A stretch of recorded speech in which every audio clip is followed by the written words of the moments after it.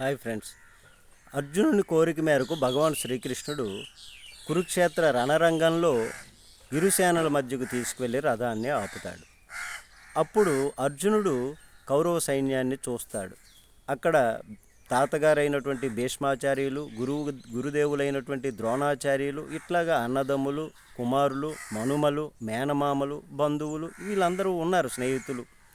వీళ్ళందరిని చూసి, కృష్ణ, ఇట్లాంటి వారిని నేను చంపాలా? నా రక్త సంబంధీకులను చంపి ఆ రక్త కలంకితమైనటువంటి రాజ్యాన్ని, ఆ భోగాలను నేను అనుభవించాలా? అంతకంటే భిక్షమెత్తుకొని జీవిస్తాం కానీ ఇట్లాంటి యుద్ధాన్ని నేను చేయను అని చెప్పేసి స్థానువైపోయి ఉండిపోతారు. అప్పుడు భగవాన్ శ్రీకృష్ణుల వారు భగవద్గీత రూపంలో తన విశ్వరూప సందర్శనాన్ని చూపించి మనందరికీ కూడా ఇప్పుడు కలియుగంలో అతి సులువైనటువంటి భాషలో భగవద్గీతను అందించారు. ఒక గురువుగా, ఒక గైడ్గా, ఒక మార్గదర్శిగా, ఒక స్నేహితుడిగా, ఒక బంధువుగా అన్నీ కూడా భగవద్గీతలో మనకి జ్ఞానాన్ని ఇచ్చేటటువంటి బోధనలు ఎన్నో ఉన్నాయి. మరి ఆ సందర్భంలో భగవానుడు అంటారు, అబ్బాయి అర్జున, నీవు ధర్మంతో ముడిపడి జీవించినటువంటి వాళ్ళు, మీరు ఉత్తములు. మీలాంటి వారికి ఇట్లాంటి బుద్ధి ఉండకూడదు.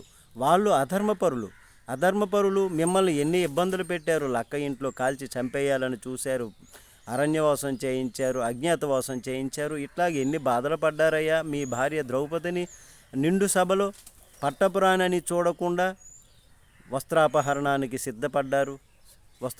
అప్పుడు నేను వస్త్రాలను ఇచ్చి రక్షించాను.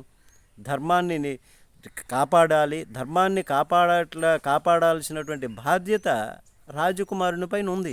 ఇప్పుడు బ్రాహ్మణ పుత్రుడు ఏం చేయాలి? వేదాలను పఠించాలి, క్రతువులు, యజ్ఞాలు ఇట్లాంటివన్నీ కూడా ప్రజలకు తెలియచేయాలి. ఆ జ్ఞానాన్ని అందించాలి. అది వాడి ధర్మము. రాజపుత్రుని ధర్మం ఏంటి? ప్రజలకు ఎవరైనా అన్యాయం చేస్తే, ప్రజలపైన శత్రురాజులు కానీ శత్రువులు కానీ దండయాత్ర చేస్తే అట్లాంటి వారిని నివారించాలి, నిరోధించాలి, ధర్మాన్ని కాపాడాలి, అక్కడ ప్రజలను రక్షించాలి. అది రాజపుత్రుని యొక్క ధర్మము. కాబట్టి నీ ధర్మాన్ని నీవు పాటించు, యుద్ధం చేయి అని అంటే, అబ్బొబ్బే నేను యుద్ధం చేయాలా? నేను యుద్ధం చేయలేను. ఒకవేళ నీవు యుద్ధం చేయలేను, వచ్చేస్తాను వెనుదిరిగి అని అంటే, ఆ రాజులే, నీ శత్రువులు ఏం చేస్తారు? నవ్వుతారు, హేళన చేస్తారు. భయానికి పారిపోయాడు, భయపడిపోయి యుద్ధం చేయలేక అని. ఈ 3 లోకాలలో అపకీర్తిని మూటగట్టుకుంటావు. ప్రజలు ఏమనుకుంటారు? అర్జునుడు యుద్ధం చేయలేక భయపడి పారిపోయి వచ్చేశాడు. మరి ఇట్లాంటి అపకీర్తి మరణం కంటే కష్టమైనటువంటిది కదా. ఒకవేళ యుద్ధం చేస్తావు, వారి చేతిలో మరణిస్తావు, అప్పుడు ఉత్తమగతులు కలుగుతాయి, వీరమరణం పొందుతావు. ఒకవేళ యుద్ధంలో గెలుపొందుతావు, విజయం సాధిస్తావు, ప్రజల్ని చక్కగా పరిపాలన చేస్తావు, ధర్మంతో ముడిపడి జీవిస్తావు, భోగాలను అనుభవిస్తావు, కీర్తిని పొందుతావు. ఈ యుగం ఉన్నంత వరకు కూడా కీర్తిని ఆర్జిస్తావు. కాబట్టి ధర్మాన్ని నీవు రక్షించు. వాళ్ళు ఎప్పుడూ నా చేతిలో చనిపోయారు, కానీ నీవు ఇప్పుడు నిమిత్త మాత్రుడివే. నీవు ఆ పేరు నీకు పొందుతావు, ఆ కీర్తి నీకు వస్తుంది.